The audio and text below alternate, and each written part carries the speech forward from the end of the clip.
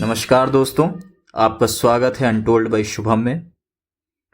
और आज का विषय है जीवन का वास्तविक लक्ष्य क्या है।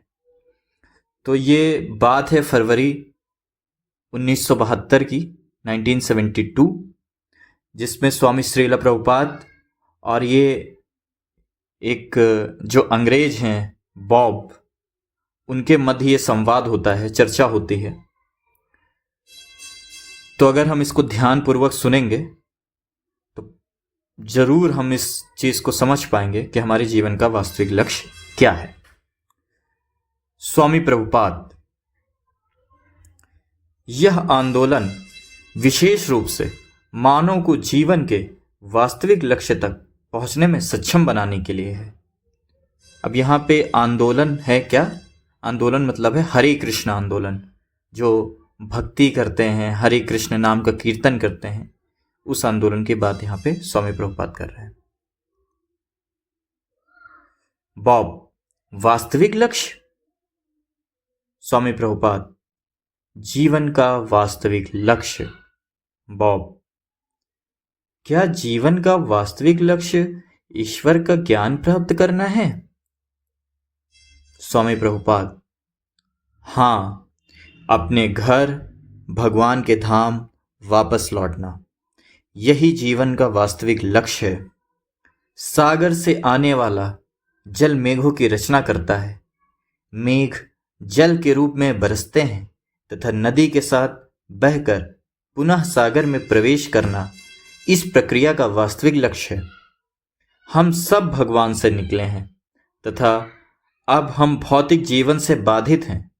अतएव इस बद्ध स्थिति से निकलकर अपने घर, भगवान के धाम वापस लौटना ही हमारा लक्ष्य होना चाहिए।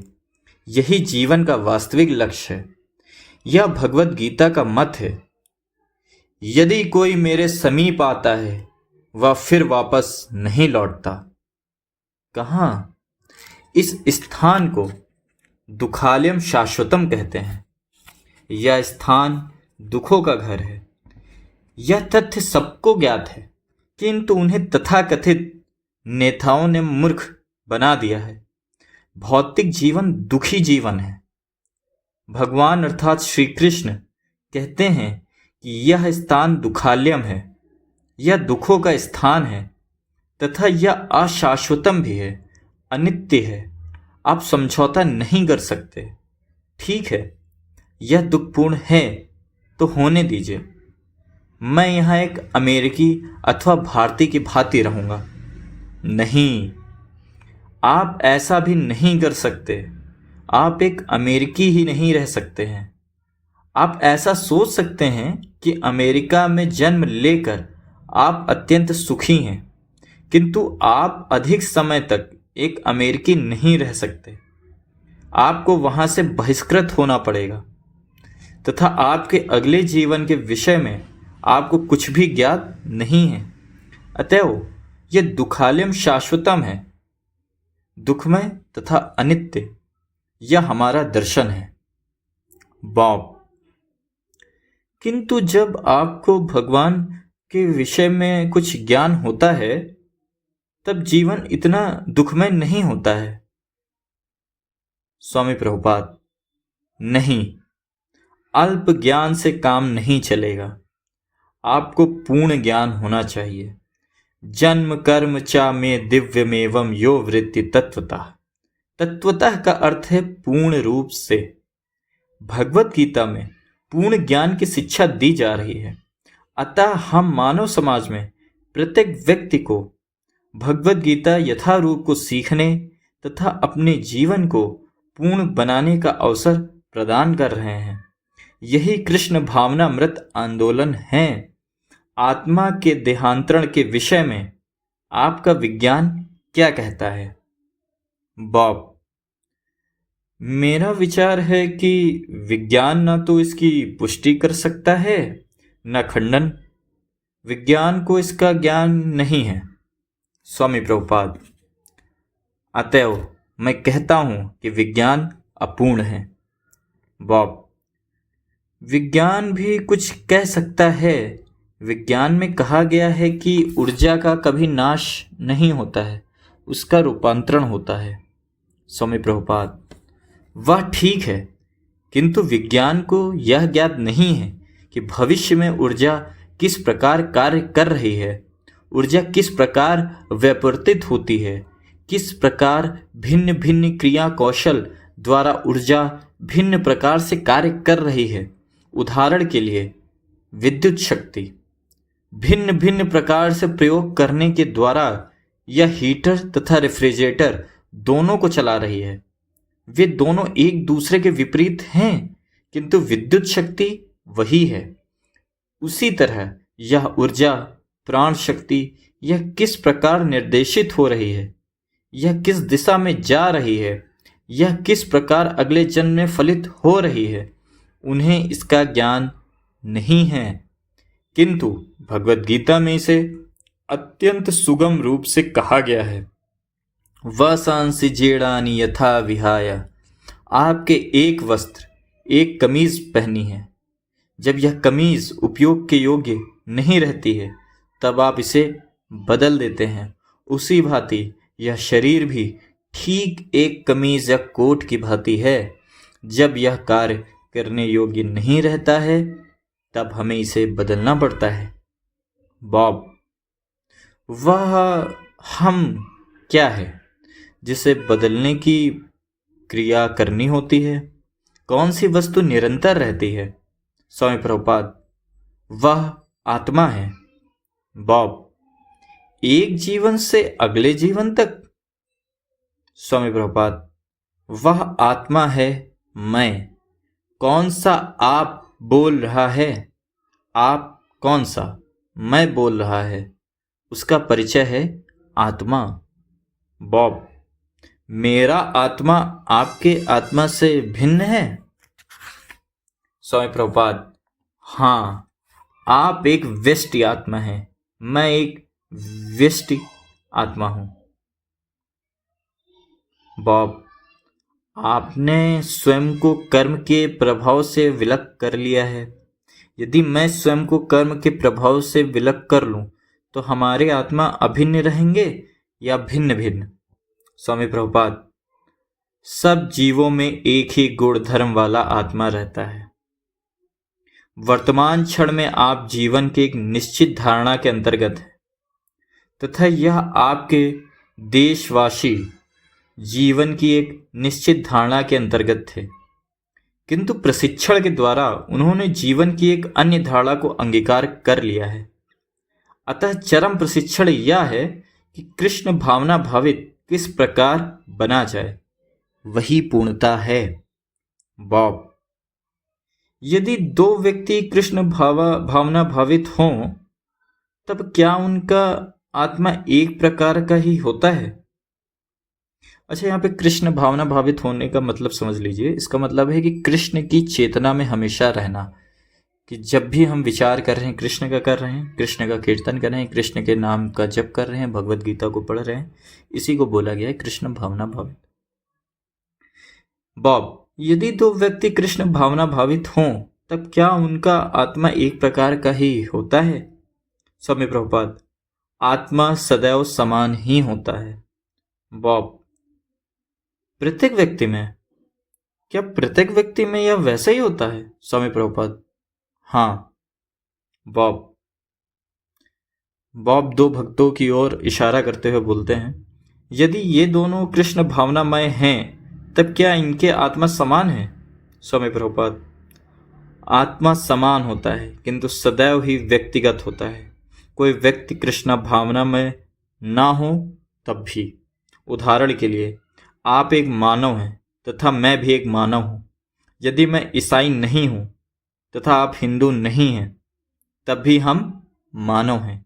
इसी भांति आत्मा कृष्ण भावना भावित हो सकता है अथवा नहीं भी हो सकता है, इससे कोई अंतर नहीं पड़ता, किंतु आत्मा तो आत्मा ही है। बॉब, क्या आप इस विषय में मुझे और अधिक बता सकते हैं? स्वामी प्रभुपाद, विशुद्ध जीवन सत्य के रूप में समस्त आत्माएं बराबर हैं। एक पशु में भी अतएव कहा गया है पंडिता समदर्शिना, जो वास्तव में पंडित है वे ब्रह्म आवरण को नहीं देखते हैं, चाहे वह पशु में हो अथवा मानव में। बॉब, क्या मैं इस प्रकार एक प्रश्न कर सकता हूं? स्वामी प्रभुपाद, हाँ। बॉब, मैंने आत्मा को भगवान के अंश के रूप में माना है। कभी कभी मुझे ऐसा लगता है कि मैं भगवान को अनुभव करता हूँ। मैं यहाँ हूँ और आप कह सकते हैं कि भगवान यहाँ है। अतः यदि आत्मा मेरे अंदर है, तब क्या मुझे अपने अंदर भगवान को अनुभव करने में समर्थ होना चाहिए? संपूर्ण भगवान नहीं, मेरा तात्पर्य है कि एक समय प्रभुपाद भगवान का एक अंश। बॉब, किंतु मैं भगवान को अनुभव नहीं करता हूँ। किंतु भगवान यहाँ हो सकते हैं, मुझसे विलग। किंतु क्योंकि मेरा आत्मा भगवान का अंश है, अतः क्या मुझे अपने अंदर भगवान की अनुभूति होनी चाहिए? स्वामी प्रभुपाद, हाँ, भगवान अंदर भी हैं, भगवान सर्वत्र हैं, भगवान अंदर हैं, बाहर भी हैं, यह ज्ञात होना चाहिए। बॉब, आपको अपने भीतर भगवान की अनुभूति किस प्रकार होती है? स्वामी प्रभुपाद, प्रारंभ में नहीं होती है, किंतु आपको शास्त्रों वैदिक ज्ञान से ज्ञात करना चाहिए। उदाहरण के लिए भगवद गीता में कहा गया है, भगवान प्रत्येक प्राणी के हृदय में है, भगवान प्रत्येक अणु में भी है। यह प्राथमिक ज्ञान है। तत्पश्चात यौगिक प्रक्रिया से आपको इसका साक्षात्कार करना होता है। बॉब, यौगिक प्रक्रिया? स्वामी प्रभुपाद, हाँ। बॉब, क्या हरे कृष्ण का जप ऐसी ही एक प्रक्रिया है? बॉब, हाँ, यह भी एक स्वामी प्रभुपाद, हाँ, यह भी एक यौगिक प्रक्रिया है। बॉब, इस ज्ञान का अनुभव करने के लिए, अंदर आत्मा का अनुभव करने के लिए मुझे किस प्रकार की यौगिक प्रक्रिया करनी चाहिए? स्वामी प्रभुपाद, हाँ, यौगिक प्रक्रियाएं अनेक हैं, किंतु इस युग के लिए यह प्रक्रिया अत्यंत उत्तम है। बॉब, कीर्तन? स्वामी प्रभुपाद, हाँ। बॉब, इसके माध्यम से मैं भगवान को न केवल बाहर अपितु अंदर भी अनुभव कर सकता हूँ। स्वामी प्रभुपाद, आप भगवान विषय प्रत्येक तथ्य समझ जाएंगे। भगवान किस प्रकार अंदर हैं, किस प्रकार भगवान बाहर हैं, तथा भगवान किस प्रकार कार्य कर रहे हैं, सब कुछ स्पष्ट हो जाएगा। सेवा की इस प्रवृत्ति से भगवान स्वयं को निरावरण कर देंगे। आप अपने प्रयास से भगवान को नहीं समझ सकते। यदि भगवान स्वयं को प्रकट करें, तभी आप उन्हें समझ सकते हैं। उदाहरण के लिए, जब रात्रि में सूर्य आपकी दृष्टि से ओझल रहता है, तब आप इसे दीपक के प्रकाश अथवा अन्य किसी प्रकाश के द्वारा नहीं देख सकते हैं। किंतु प्रातःकाल आप बिना किसी दीपक के प्रकाश के स्वयं सूर्य को देख सकते हैं। इसी भांति आपको ऐसी स्थिति का निर्माण करना होता है, स्वयं को ऐसी स्थिति में डालना होता है जिसमें भगवान प्रकट हो जाएं। ऐसा नहीं है कि किसी विधि से आप भगवान से कह सकें, कृपया आइए, मैं आपके दर्शन करूंगा। नहीं, भगवान आपके आदेश वाहक नहीं हैं। बॉब, वे अपने आप को प्रकट करें, इसके लिए आपको भगवान को प्रसन्न करना होता है। क्या यह ठीक है? स्वामी प्रभुपाद, हाँ। बॉब, हमें ये कैसा पता चले कि हम भगवान को कब प्रसन्न कर रहे हैं? स्वामी प्रभुपाद, जब हमें उनके दर्शन हों, तब आप समझ जाएंगे। ठीक वैसे ही जैसे जब आप भोजन करते हैं, तब आपको किसी से पूछने की आवश्यकता नहीं पड़ती है कि आपको शक्ति का अनुभव हो रहा है या नहीं, अथवा आपकी क्षुधा संतुष्ट हुई या नहीं। जब आप भोजन करते हैं, तब आप समझ जाते हैं कि आपको शक्ति का अनुभव हो रहा है। आपको किसी से पूछने की आवश्यकता नहीं होती है। इसी भांति यदि आप वास्तव में भगवान की सेवा करें तब आप समझ जाएंगे भगवान मुझे आदेश दे रहे हैं, भगवान हैं, मैं भगवान के दर्शन कर रहा हूं। एक भक्त अथवा भगवान के प्रतिनिधि के स्वामी प्रभुपाद, हाँ भक्त, यह अधिक आसान है। स्वामी प्रभुपाद, आपको भगवान के प्रतिनिधि के माध्यम से जाना पड़ता है। यस्य प्रसादात् भगवत प्रसादो, यदि आप भगवान के प्रतिनिधि को प्रसन्न करते हैं तब भगवान स्वयं प्रसन्न हो जाते हैं तथा इस प्रकार आप उनके प्रत्यक्ष दर्शन कर सकते हैं। इसीलिए देखिए, हम लोग से कहा जाता है कि साधु सन्यासी जो होते हैं, जो वैदिक शास्त्रों का, जो गुरु की परंपरा से आए हुए साधु सन्यासी हैं, उनकी हमको वैष्णव शिष्टाचार करना चाहिए, उनकी हमें रिस्पेक्ट करनी चाहिए। हमें उनके खिलाफ कोई भी मन गढ़ंत या कुछ भी व्यंग्य नहीं करना चाहिए, क्योंकि इससे हमें वैष्णव अपराध लगता है। तो हमें बहुत सोच समझकर साधुओं की निंदा से बचना चाहिए और उनकी इज्जत करनी चाहिए। बॉब, भगवान के प्रतिनिधि को किस प्रकार प्रसन्न करें? स्वामी प्रभुपाद, आपको उनकी आज्ञा का पालन करना चाहिए, बस यही। भगवान के प्रतिनिधि गुरु हैं, वे आपको यह वह करने को कहते हैं। यदि आप वैसा करें तो यह प्रसन्न करना होता है। यदि आप उन्हें अप्रसन्न कर दें तब आप कहीं के भी नहीं रह जाते। अतएव हम गुरु की उपासना करते हैं। गुरु को भगवान के रूप में स्वीकार करना चाहिए। समस्त शास्त्रों का यही आदेश है। बॉब, गुरु को भगवान के प्रतिनिधि के रूप में स्वीकार करना चाहिए? स्वामी प्रभुपाद, हाँ, गुरु भगवान के प्रतिनिधि हैं। गुरु कृष्ण के बहिरंग रूप हैं। बॉब, किंतु कृष्ण के अवतरित होने वाले अवतारों से भिन्न? स्वामी प्रभुपाद, हाँ। बॉब, जब वे पृथ्वी पर आते हैं तब कृष्ण अथवा चैतन्य महाप्रभु के बहिरंग रूपों से गुरु का बहिरंग रूप किस प्रकार भिन्न होता है? स्वामी प्रभुपाद, गुरु कृष्ण के प्रतिनिधि हैं, अतएव गुरु कौन है, इसके लक्षण हैं। सामान्य लक्षणों का वर्णन वेदों में किया गया है। गुरु, किसी गुरु को गुरु शिष्य परंपरा में से होना चाहिए तथा उनको अपने आध्यात्मिक गुरु से वेदों के विषय में पूर्ण रूप से श्रवण किया होना चाहिए। सामान्यतः गुरु का लक्षण यह है कि वे एक आदर्श भक्त होते हैं, बस यही, तथा वे कृष्ण के संदेश का प्रचार करके उनकी सेवा करते हैं। तो जैसा कि हमने अभी डिस्कस किया है कि जीवन का वास्तविक लक्ष्य क्या है। जीवन का वास्तविक लक्ष्य है कृष्ण प्रेम, कृष्ण भावनामृत होना। हमें भक्ति करना है और भगवान के धाम में वापस जाना है। और हम यहाँ पर क्यों हैं? क्योंकि हम बद्ध जीव हैं और हम अपनी प्रकृति के जो तीनों गुण हैं, तम रजो और सतोगुण, इनसे प्रभावित होकर यहाँ पे बद्ध जीव हो रखे हैं। तो जब हम इनको क्रॉस करते हैं, और क्रॉस करने के लिए हम क्या करेंगे? भक्ति करेंगे, भगवान के नाम का जप करेंगे, कीर्तन करेंगे, तब हम इसे क्रॉस कर पाएंगे।